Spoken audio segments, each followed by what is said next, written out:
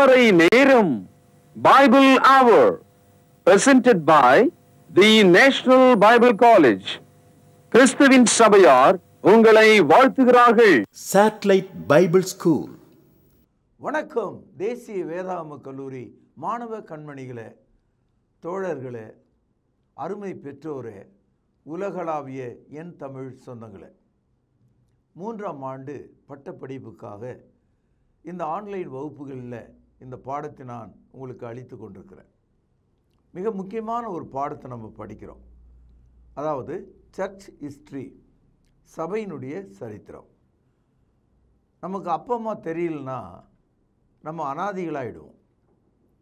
நமக்கு சரித்திரம் தெரியலனா நாம் அனாதைகளை போல தான் இருப்போம். அதுபோல் சபையினுடைய சரித்திரத்தை தெரிந்து கொள்ளாமல் நம்ம எவ்வளோ காலம் கத்தோலிக்கராகவோ புராட்டஸ்டன்ட் மக்களாகவோ பெந்தேகோஸ்த மக்களாகவோ இருக்கலாம். ஆனால் சபை சரித்திரம் தெரியாமல் நீங்கள் இருப்பீர்களானால் உங்களுடைய முடிவு வருந்தத்தக்கதாக இருக்கும். சபையினுடைய சரித்திரத்தை நாம் தேடி செல்லும்போது சபைக்கான தீர்க்க தரிசனங்களையும் நாம் தேடி செல்லணும். தேவன் தனது மனதில் உள்ளவைகளை தீர்க்க தரிசனத்தின் மூலமாக மனிதனுக்கு அறிவித்தார். Prophecies are prophesied by God to show to mankind that God's will and purpose in his life. மனிதனுடைய வாழ்க்கையில் தேவனுடைய சித்தம் என்ன என்பதை தீர்க்க தரிசனங்கள் காண்பிக்கிறது. சகோதரர்களே, தீர்க்க தரிசனங்களை குறித்து நாம் படிக்க விரும்பும்போது ஒரு முக்கியமான தகவலை நம்ம பார்க்கணும். யூத ஜனங்கள் பாவம் செய்ததனால இயேசு கிறிஸ்துக்கு முன்னால் பாபிலோனிய பேரரசன் நேபுகாத் நேச்சார் எருசலேமுக்கு வந்து யூதர்களை சிறைப்பிடித்து கொண்டான். தேவாலயத்தை இடித்து சுட்டெரித்தான். அங்குள்ள மக்களை அடிமைகளாக தன்னுடைய தேசத்துக்கு ஓட்டி கொண்டு போனான். ஆக எல்லா யூதர்களும் பாபிலோனுக்கு போனாங்க. ஏறக்குறைய 70 ஆண்டுகள் அங்கே அவர்கள் அடிமைகளாக இருந்தாங்க. இந்த தகவலை எரேமியா 29ஆம் அதிகாரம் 10வது வசனத்தில் நீங்கள் பார்க்கலாம். பாபிலோனில் 70 வருஷம் நிறைவேறின பின்பு நான் உங்களை சந்தித்து உங்களை இவ்விடத்துக்கு திரும்ப வரப்பண்ணும்படிக்கு உங்கள் மேல் என் நல் வார்த்தையையும் நிறைவேற்ற பண்ணுவேன் என்று கர்த்தர் சொல்கிறார். உங்கள் முழு இருதயத்தோடும் என்னை தேடுவீர்களானால் என்னை தேடுகையில் கண்டுபிடிப்பீர்கள். 13வது வசனம். அதாவது கர்த்தருக்கு விரோதமாய் பாவம் செய்ததனால இஸ்ரவேல் மக்கள் அடிமைகளாக அந்நிய தேசத்தில் விக்கிரக வழிபாடுகளை செய்து பெயர்களை மாற்றிக்கொண்டு மொழியை மறந்து தேவனுக்கு பலியிடாமல் மிக மோசமான அந்தகாரமான ஒரு இருளுள்ள வாழ்க்கையில் இருந்தாங்க. இங்கே கர்த்தர் சொல்கிறார், 70 ஆண்டு முடியும் போது நான் உங்களை விடுதலை செய்வேன். நீங்கள் முழு இருதயத்தோடு என்னிடத்தில் திரும்புவீர்களானால் நான் உங்களிடத்தில் அன்பு கூறுவேன். So the children of Jews, they were in the slavery of Babylonia for about 70 years. அந்த 70 ஆண்டு கால சிறைவாச காலத்தில் எரேமியா இன்னொரு தகவலையும் அவர்களுக்கு சொல்லுகிறார். அந்த தகவல் தான் எரேமியா 31வது அதிகாரம் 31வது வசனத்திலிருந்து 34வது வசனம் வரைக்கும் இருக்கிற அந்த தகவல். இந்த பேக்ரவுண்டு நல்லா நீங்கள் கவனிச்சுக்கணும். The children of Judah, they were in the Babylonian captivity. After 70 years, they will be back to their homeland. ஆனால் நடுவில் ஒரு செய்தி இங்கே சொல்கிறார், நீங்கள் திரும்பி வரும்போது உங்களுக்காக நான் ஒரு புதிய உடன்படிக்கை ஏற்படுத்த போகிறேன். இதுதான் கொஞ்சம் ஆச்சரியமான ஒரு விஷயம். அதாவது திரும்பி வந்த யூதர்களுக்கும் உலகத்தில் உள்ள மற்ற புறஜாதிகளுக்கும் தேவன் ஒரு உடன்படிக்கையை ஏற்படுத்த போவதாக சொல்லுகிறார். சகோதரர்களே, பைபிளில் பல உடன்படிக்கைகளை படிக்கிறோம். ஆதாம் ஏவாளோடு ஒரு உடன்படிக்கை செய்தார். நோவா காலத்தில் நோவாவோடு ஒரு உடன்படிக்கை செய்தார். பிறகு ஆபிரகாம் ஈசாக்கு யாக்கோபோடு ஒரு உடன்படிக்கை செய்தார். அதற்கு பிறகு வந்த காலத்தில் மோசையின் மூலமாக இஸ்ரவேல் ஜனங்களோடு தேவன் ஒரு உடன்படிக்கை செய்தார். ஆகவே இப்பொழுது ஒரு புதிய உடன்படிக்கை செய்வதாக சொல்லுகிறார். ஆனால் இந்த உடன்படிக்கை ஒரு குறிப்பிட்ட ஜனங்களுக்காக மட்டுமல்ல, உலகளாவிய வேர்ல்டு வைடு கவனன்ட் என்று சொல்லுகிறார். பாருங்கள், 31வது வசனம், 31ஆம் அதிகாரம், பக்கம் 916 பழைய ஏற்பாடு. இதோ நாட்கள் வரும் என்று கர்த்தர் சொல்கிறார், அப்பொழுது கவனிங்கள், இஸ்ரவேல் குடும்பத்தோடும் யூதா குடும்பத்தோடும் புது உடன்படிக்கை பண்ணுவேன். இந்த வசனத்தில் பிஹோல்ட், இதோ என்று சொல்லுகிறார். அது காண்பிக்கப்பட போகிறது, அது வெளிப்பட போகிறது. இந்த இடத்துல இஸ்ரவேல் யூதா என்று 2 வார்த்தைகளை நீங்கள் பார்த்தீங்க. சாலமோன் ராஜா காலத்துக்கு பிறகு இஸ்ரவேல் தேசம் 2ஆக உடைஞ்சு 10 தேசம் புரஜாதிகளாக மாறி அவங்க உலகம் முழுதும் சிதறுண்டு போனாங்க. ஆக தேவனுடைய பார்வையில் சிதறுண்டு போன அந்த 10 கோத்திரங்களும் புரஜாதிகளாகவே எண்ணப்பட்டது. மீதம் இருந்த பெஞ்சமினும் யூதாவும் தேவனுக்கு பிரியமாக இருந்தாங்க. ஆனால் அவங்களும் பாவம் செய்த போது இப்பொழுது அவர்கள் பாபிலோனில் சிறைவாசிகளாக, அடிமைகளாக 70 ஆண்டுகள் அங்கே இருக்கிறாங்க. ஆகவே தான் தேவன் என்ன சொல்கிறாரு, நான் ஒரு புதிய உடன்படிக்கை ஏற்படுத்துகிறேன். இந்த உடன்படிக்கை யூதருக்கு மட்டுமல்ல, புரஜாதிகளாகிய இஸ்ரவேலருக்கும். இந்த eyes of God, Judah and Israel are simply means Judah and the gentiles. ஆகவே எல்லாருக்காகவும் ஒரு புதிய உடன்படிக்கை ஏற்படுத்துகிறேன் என்று சொல்கிறார். தேவன் யார்? Who is this God? This is the God of covenant. இந்த தேவன் உடன்படிக்கையின் தேவன். இந்த தேவன் உடன்படிக்கை மனுஷனுக்கு கொடுக்கிறவராக இருக்கிறார். மனிதனும் தேவனும் இந்த உடன்படிக்கையின் வழியாக உறவு கொள்ளலாம், ஐக்கியம் கொள்ளலாம், அவர்கள் சகவாசம் கொள்ளலாம். தேவன் அவர்களை ஆதரிப்பார். ஏசாயா தீர்க்கதரிசன புத்தகம் 43வது அதிகாரம், பழைய ஏற்பாட்டில் 849வது பக்கம், 18வது வசனம். முந்தினவைகளை நினைக்க வேண்டாம், பூர்வமானவைகளை சிந்திக்க வேண்டாம். இதோ நான் புதிய காரியத்தை செய்கிறேன், இப்பொழுதே அது தோன்றும், நீங்கள் அதை அறியீர்களா? நான் வனாந்தரத்திலே வழியையும் அவாந்தரத்திலே ஆறுகளையும் உண்டாக்குவேன். அதாவது உடன்படிக்கையை ஏற்படுத்துகிற தேவனுக்கு ஆறுகளும் மலைகளும் ஒரு தடை கிடையாது. பூமியின் எல்லை எங்கும் இருக்கிற மக்கள் அவரிடத்தில் சேர்க்கப்பட வேண்டும். ஏசாயா 40வது அதிகாரம், பக்கம் 844, முதல் வசனம்.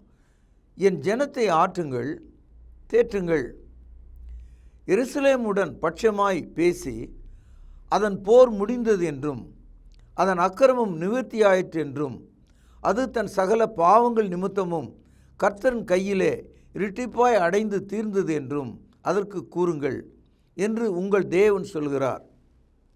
அதாவது இஸ்ரவேல் ஜனங்களையும் யூத ஜனங்களையும் கடவுள் நேசிக்கிறார். அவருடைய காயங்களை ஆற்ற விரும்புகிறார், அவர்களை சுகப்படுத்த விரும்புகிறார். தேவனுடைய கோபம் முடிந்தது என்று சொல்கிறார். பாபிலோனில் அடிமைகளாக இருந்த அந்த யூதர்களுக்கு சொல்கிறார், தேவனுடைய கோபம் நிவர்த்தியாகிவிட்டது, உங்கள் பாவங்களை தேவன் மன்னித்து விட்டார், நீங்கள் திரும்பி வரலாம், உங்களுக்கு ஒரு புதிய உடன்படிக்கை செய்ய போகிறார் என்று வசனம் சொல்கிறது. இதை தான் எரேமியா 31ஆம் அதிகாரத்தில் 31வது வசனத்தில் நாம் படிக்கிறோம்.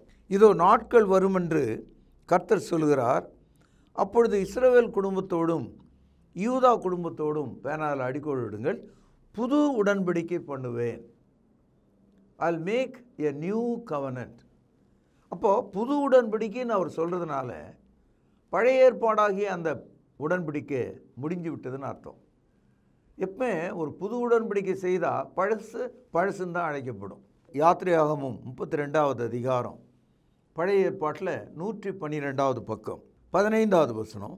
பின்பு மோசே மலையிலிருந்து இறங்கினான், சாட்சி பலகை 2 அவன் கையில் இருந்தது, அந்த பலகைகள் இருபுறமும் எழுதப்பட்டிருந்தது, அவைகள் இந்த பக்கத்திலும் அந்த பக்கத்திலும் எழுதப்பட்டிருந்தது. அந்த பலகைகள் தேவனால் செய்யப்பட்டதாயும் அவைகளிலே பதித்த எழுத்து தேவனால் எழுதப்பட்டதாயும் இருந்தது. ஜனங்கள் ஆரவாரம் பண்ணுகிறதை யோசுவா கேட்டு மோசேயை நோக்கி, பாளையத்தில் யுத்தத்தின் இரைச்சல் உண்டாயிருக்கிறது என்றான். அதற்கு மோசே, அது ஜெயதுனியாகிய சத்தமும் அல்ல, அவதுனியாகிய சத்தமும் அல்ல, பாடலின் சத்தம் கேட்கிறது என்றான். அவன் பாளையத்துக்கு சமீபத்து அந்த கன்று குட்டியையும் நடனத்தையும் கண்டபோது மோசே கோபம் உண்டவனாகி தன் கையில் இருந்த உடன்படிக்கை பலகைகளை மலையின் அடிவாரத்திலே எரிந்து உடைத்து போட்டு, சகோதரர்களே, தேவன் கொடுத்த முதல் உடன்படிக்கை 2 கற்பலகையில் 2 பக்கத்திலும் எழுதப்பட்டிருந்தது. 2 பலகைகள் இருந்தது. அதை மோசே கையில் பிடித்து கொண்டு கீழே இறங்கி வரும்போது இஸ்ரவேல் ஜனங்கள் ஒரு பொன் கன்றுக்குட்டியை வார்த்து, அந்த கன்றுக்குட்டி தான் கடவுள் என்றும் இந்த கன்றுக்குட்டி தான் நம்மை அழைத்து செல்கிறது என்றும் வஸ்திரங்களை களைந்து நிர்வாணமாகி விழா கொண்டாடி அவர்கள் மிகுந்த உற்சாகத்தில் இருந்ததை மோசே கண்டு மனஸ்தாபப்பட்டு கோபமுற்று தன் கையில் இருந்த 2 பலகைகளை மலையின் அடிவாரத்தில் போட்டு உடைத்து விட்டான். அவ்வளோ பெரிய கோபம். தேவனுக்கு பொறுக்காத காரியத்தை அவர்கள் செய்து விட்டார்கள். பிறகு அந்த உடன்படிக்கை பலகைகளை மோசே பிறகு எழுதி கொண்டான் என்பது இன்னொரு தகவல். ஆனால் நான் உங்களுக்கு என்ன சொல்ல வந்தேன்னா, the day when Moses received the tablet of stones, he broke it. அதான் உடைச்சிட்டான். ஏன் உடைச்சான்? மனிதர்களுடைய அக்கிரமத்தை கண்டு அவன் உடைச்சிட்டான். இப்போ ஆரம்பம் முதலே அந்த பழைய உடன்படிக்கை அதனுடைய முடிவு இப்படி தான் இருக்கிறது, அப்படி தான் இருக்க போகிறது என்பது போல இந்த சம்பவம் நடந்தது. இப்பொழுது எபிரேயர் 8வது அதிகாரம் 13வது வசனம். புது உடன்படிக்கை என்று அவர் சொல்கிறதுனால முந்தினதை பழமையாக்கினார். பழமையானதும் நாள்பட்டதுமாக இருக்கிறது, உருவழிந்து போக காலம் சமீபத்திருக்கிறது. 9ஆம் அதிகாரம் 1 வசனம். அன்றியும் முதலாம் உடன்படிக்கையானது ஆராதனைக்கேற்ற முறைமைகளும் பூமிக்குரிய பரிசுத்த ஸ்தலமும் உடையதாக இருந்தது. ஆகவே இந்த உடன்படிக்கையை தேவன் மாற்ற விரும்பினார். இதுவரைக்கும் யூதர்கள் இஸ்ரவேலர்கள் கை கொண்டிருந்த அந்த உடன்படிக்கை பழையதென்றும் ஒரு புதிய உடன்படிக்கையை தேவன் கொடுக்க விரும்புகிறார் என்றும் சொல்கிறார். இப்பொழுது எரேமியா 31ஆம் அதிகாரம் பக்கம் 917. நான் அவர்கள் பிதாக்களை எகிப்து தேசத்திலிருந்து அழைத்து வர கைப்பிடித்த நாளில் அவளோடு பண்ணின உடன்படிக்கையின்படி அல்ல, ஏனெனில் நான் அவர்களுக்கு நாயகராயிருந்தும் அந்த என் உடன்படிக்கை அவர்கள் மீறி அவமாக்கி போட்டார்களே என்று கர்த்தர் சொல்கிறார். அதாவது பழைய ஏற்பாட்டை கொடுத்தவர் தேவன், பெற்றவர்கள் இஸ்ரவேலர்கள். ஒரு மனைவி கணவனுக்கு உண்மையாக இருக்க வேண்டும், மனைவி துரோகம் செய்ய முடியாது. ஆனால் இஸ்ரவேலர்கள் தேவனுக்கு துரோகம் செய்தார்கள்.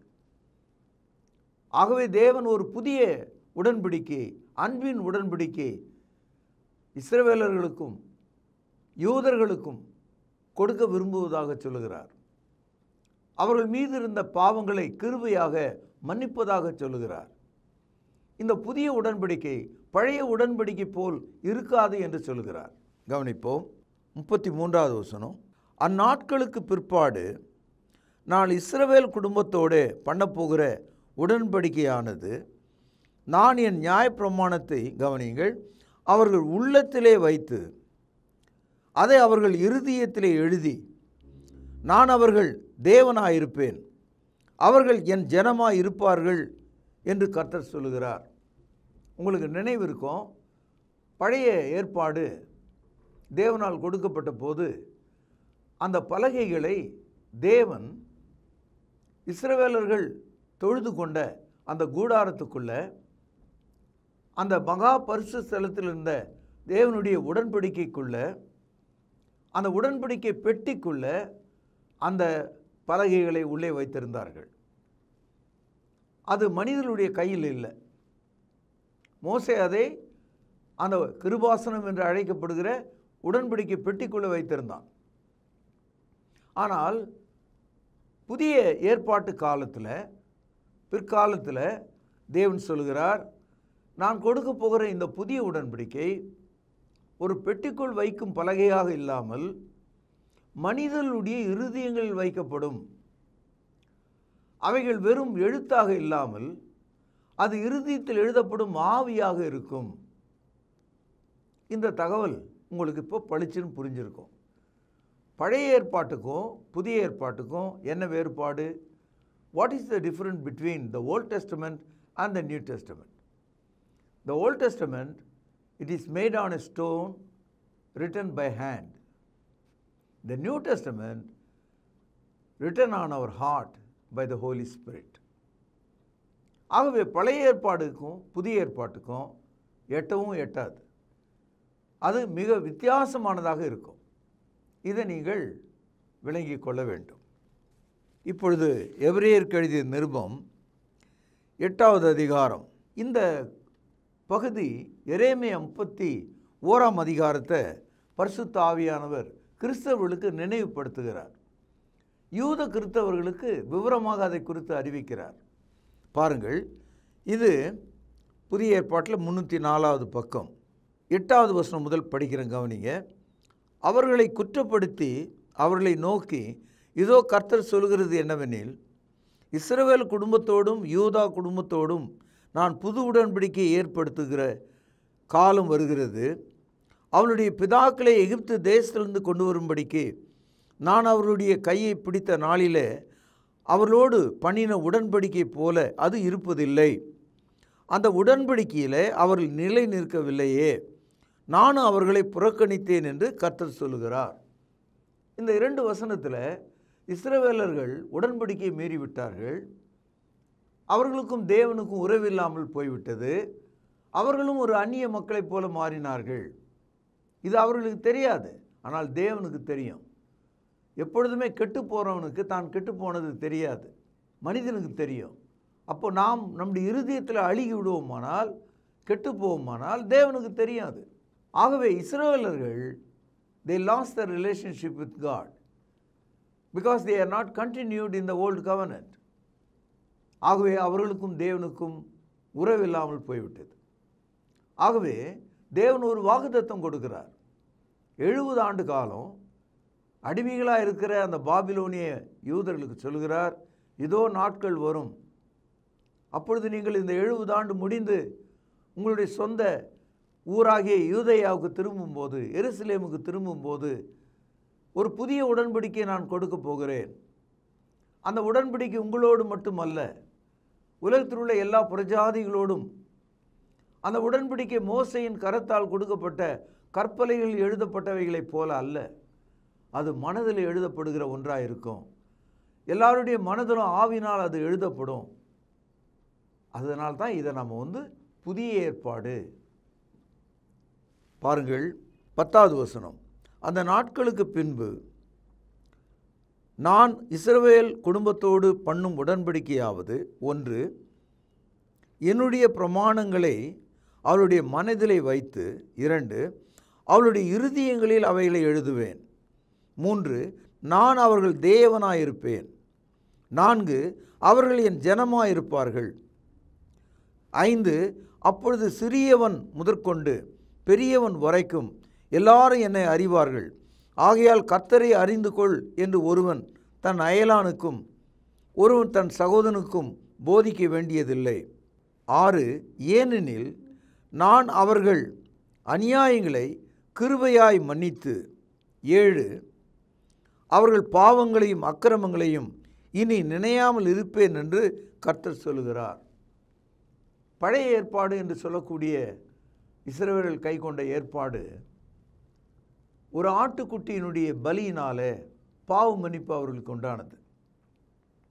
அவர்கள் பாவம் செய்யும் போதெல்லாம் குற்ற நிவாரண பலிகளையும் பாவ நிவாரண பலிகளையும் செலுத்தினார்கள். ஆண்டுக்கு ஒரு முறை அவர்கள் பலிகளை செலுத்தினார்கள். ஆனால் புதிய உடன்படிக்கையின் காலத்தில் தேவன் நம்முடைய இருதயங்கள் தமது பிரமாணத்தை வைத்து எழுதி நம்முடைய பாவங்களை கிருபையின் வழியாக through grace he wanted to forgive us. நம்முடைய பாவங்களை அவர் மன்னிப்பதாக சொல்கிறார். அதனால்தான் இதை நாம் புதிய உடன்படிக்கை நியூ கவனன்ட் என்று சொல்கிறோம். சகோதரர்களே, இந்த நாளில் நாம் படித்த பாடத்தை சுருக்கமாக கவனிப்போம். அதாவது ஏற்பாடு, உடன்படிக்கை என்ற 2 வார்த்தைகளை நீங்கள் எப்பவுமே ஞாபகம் வச்சுக்கணும். ஏற்பாடுன்னு சொன்னால் டெஸ்டமெண்ட், உடன்படிக்கைன்னு சொன்னால் covenant. What is the difference between testament and the covenant? Covenant is a oral form, testament is a written form. அதாவது உடன்படிக்கை என்று சொன்னால் அது பேச்சு வழக்கு, வாயில் உடன்படிக்கை பண்ணிடலாம். கல்யாணத்தில் வாயில் தான் நம்ம பேசி ஒரு பொண்ணை கல்யாணம் பண்ணிக்கிறோம், அதுவும் ஒரு உடன்படிக்கை தான். ஆனால் எழுத்து வடிவில், அதனால்தான் டெஸ்டமெண்ட் என்று அதை சொல்கிறோம். அதாவது covenant and testament are synonymous, same. One is a oral form, other one is the written form. அதாவது உடன்படிக்கை என்று சொல்லும்போது வாய் வழியாக பேசுவது, ஏற்பாடு என்று சொல்லும்போது எழுதி கொடுப்பது. ரெண்டும் ஒரு கருத்தை தான் பேசுகிறது. கடவுள் ஒரு உடன்படிக்கை ஏற்படுத்துவதாய் சொல்லுகிறார், அந்த உடன்படிக்கையை நம்முடைய இருதயங்களில் வைப்பதாக சொல்லுகிறார். அதனால தான் புதிய ஏற்பாட்டுக்கும் பழைய ஏற்பாட்டுக்கும் 100க்கு 100 வித்தியாசம் இருக்குது. இதையெல்லாம் விட்டு இந்த மதங்கள், பாரம்பரியங்களை பின்பற்றவங்க இந்த பழைய ஏற்பாட்டுக்கும் புதிய ஏற்பாட்டுக்கும் வித்தியாசம் இல்லாமல் கருத்துக்களை சொல்லி குழப்பங்களை உருவாக்கி மனிதர்களை மோசம் செய்வதை நம்ம பார்க்குறோம். இந்த விஷயத்தில் நீங்கள் ஜாக்கிரதையாக இருக்கணும். அதனால தான் புதிய ஏற்பாட்டு சபையை நம்ம அடையாளப்படுத்துகிறோம். சபை சரித்திரத்தை ஏன் நம்ம படிக்கிறோன்னா, இதில் பழைய ஏற்பாட்டின்படி நடக்கிறோமா அல்லது புதிய ஏற்பாட்டின்படி நடக்கிறோமா என்ற தெளிவு நமக்கு வரும். சபை சரித்திரம் தெரியாதவங்களுக்கு அவங்களுக்கு உடன்படிக்கை வேறுபாடு தெரியாது, எல்லாம் ஒன்று நினைப்பாங்க. அதனால தான் பெந்தெகோஸ்தே மக்கள் மத்தியில் தசம பாகங்கள் பேசப்படுது. புதிய ஏற்பாட்டில் நமக்கு தசம பாகம் இல்லை, அதை விட அதிகமான காணிக்கை மனப்பூர்வமாக கொடுக்கப்பட வேண்டும். 10ல் 1 இல்லை, 10ல் 10 கூட கொடுக்கலாம், ஆனால் மனப்பூர்வமாய் கொடுக்கணும். ஆக புதிய ஏற்பாட்டுக்கும் பழைய ஏற்பாட்டுக்கும் சம்பந்தமே இல்லை. இந்த உடன்படிக்கை குறித்து நீங்கள் சிந்திக்கத்தக்கதாக உங்களை அன்போடு நான் கேட்டுக்கொள்கிறேன். இதனுடைய தொடர்ச்சியை நாளை கவனிக்க போகிறோம். கடைசியாக அந்த 13வது வசனம் பாருங்கள். புது உடன்படிக்கை என்று சொல்கிறதுனால முந்தினதை பழமையாக்கினார். அப்படின்னா என்ன அர்த்தம்? ஏதோ ஒரு கட்டத்தில் பழைய ஏற்பாடு முடிகிறது, ஏதோ ஒரு கட்டத்தில் புதிய ஏற்பாடு தொடங்குகிறது. இதை குறித்த கருத்துக்களை அடுத்த பாடத்தில் நம்ம கவனிக்கலாம். பிரார்த்தனை செய்வோம். கிருபையும் இரக்கமும் தயவு நிறைந்த தகப்பனே, புது உடன்படிக்கை எல்லா ஜனத்துக்காக ஏற்படுத்தினவரே, கிருபையாக எங்கள் பாவங்களை மன்னிக்கவும் உமது வார்த்தைகளை எங்கள் இருதயங்கள் எழுதவும் நீர் சித்தம் கொண்டதற்காக உமக்கு நன்றி செலுத்துகிறேன். கேட்ட மக்கள் விசுவாசம் அடையவும் உண்மையுள்ளவர்களாய் உம்மை பின்பற்றவும் வேண்டும் என்று செபிக்கிறேன். ஆண்டவரும் கர்த்தரும் இரட்சகருமா இருக்கிற இயேசுவின் நாமத்தில் ஜெபம் கேளும் ஜீவனுள்ள எங்கள் நல்ல பிதாவே, ஆமேன். அன்பான சகோதர சகோதரிகளை மீண்டும் சந்திப்பதில் நான் மகிழ்ச்சி அடைகிறேன். விசேஷமாக உங்களிடத்தில் ஒரு வேண்டுகோள், ஒரு ரெக்வெஸ்ட் என்ன அப்படின்னா, நம்முடைய பைபிள் அவர் ப்ரோக்ராம் பலவிதமான சேனல்களில் வருது. அதோடு கூட ரொம்ப முக்கியமாக இப்பொழுது உங்களிடத்தில் பொதுவாகவே நம்ம திருமறை நேரம் நிகழ்ச்சியில் பணம் கொடுங்க, இந்த நம்பர் பாருங்கள், அனுப்புங்க அப்படின்னு நம்ம கேட்டதே கிடையாது. ஆனால் மிகப்பெரிய ஒரு ரெக்வெஸ்ட்டை, மிகப்பெரிய ஒரு விண்ணப்பத்தை உங்கள் முன்னால் நான் இப்போ வைக்கலான் இருக்கேன். அது என்னென்னா, நம்முடைய பைபிள் அவர் டிவியினுடைய யூடியூப் சேனலை நீங்கள் பார்க்குறீங்க நிறைய பேர். ஒரே ஒரு விஷயம், அதை பிறருக்கு அறிமுகம் செய்யுங்கள். அடுத்தது சப்ஸ்கிரைப் பண்ணுங்கள். இந்த லைக் பண்ணுங்கன்னு நான் சொல்ல மாட்டேன், அக்செப்ட் பண்ணுங்கள். ஏன்னா ட்ரூத் இல்லையா அது, அதை நம்ம அக்செப்ட் தானே பண்ணணும் இல்லையா? அடுத்தது அந்த வியூஸ் எவ்வளவு பார்க்குறாங்களோ அவ்வளவு தூரத்துக்கு நாம் அந்த வசன விதைகளை இன்னொருவருக்கு நாம் கொண்டு சென்றதாக இருக்கும். பழைய ஏற்பாட்டு காலத்தில் குஷ்ரோகிகள் எல்லாருமே சாகிற ஒரு தருவாயில் ஊரே இருக்குது, பட்டணமே இருக்குது. இவங்க அந்த கோட்டையினுடைய எல்லைக்கு வந்த உடனே பகைஞரெல்லாம் ஓடி போயிட்டு உணவுப் பொருள்லாம் கிடக்கிறத பார்த்த உடனே, ஆஹா, இந்த நற்செய்தியை நாம் சொல்லாமல் போனால் நமக்கு ஐயோ என்று சொல்லி அவங்க நல்ல செய்தியை கொண்டு போய் ஊரில் சொன்னாங்க. அதுபோல் இந்த சுவிசேஷம், இந்த சத்தியம், இந்த கிறிஸ்தவ விழிப்புணர்வு ஒருவர் பேச அதை மற்றவர்களுக்கு அறிமுகம் செய்கிற ஒரு வேலையை, ஒரு அந்திரியாவினுடைய வேலையை அவர் தானே பண்ணார். இயேசுவை கண்டேன், வந்து பாருங்க அப்படின்னார். அதை நீங்கள் செய்யும்படி உங்களை அன்போடு கூட கேட்டுக்கொள்கிறேன். சப்ஸ்கிரைப் பண்ணுங்கள், மற்றவர்களுக்கு ஷேர் பண்ணுங்கள், இந்த ட்ரூத்தை அக்செப்ட் பண்ணுங்கள். மற்றவர்கள் இதை அக்செப்ட் பண்ணுறதுக்கு நீங்கள் ஒரு கருவியாக, உதவியாக இருங்க. நிச்சயம் இது நிமித்தமாக இந்த சுவிசேஷ ஊழியத்தினுடைய பலனில் உங்களுக்கு பங்குண்டு இல்லையா? God bless you. தேவன் உங்களை ஆசீர்வதிப்பாராக. நன்றி. அன்பானவர்களே, புதிய ஏற்பாட்டு தொழுகைக்கு திரும்புங்கள். இடம் YMCA வளாகம், ஹைகோர்ட் எதிரில், பிரதி ஞாயிறு காலை 11 மணி அளவில் அன்புடன் அழைக்கிறோம். Come and worship with us every Sunday at 11 a.m. YMCA Hall, opposite High Court, Parish Corner. கர்த்தாவே, தேவர்களில் உமக்கு பானவர் யார்? வானத்திலும் பூமியிலும் உமக்கு பானவர் யார்? உமக்கு பானவர் யார்? உமக்கு பானவர் யார்? வானத்திலும் பூமியிலும் உமக்கு பானவர் யார்? வானத்திலும் பூமியிலும் உமக்கு பானவர் யார்? தொடர்பு கொள்ள வேண்டிய முகவரி: திருமறை நேரம், 58 சர்ச் தெரு, குமரன் நகர், சென்னை 6,82,000. தொலைபேசி எண் 044255008882. செல்போன் 9385500882.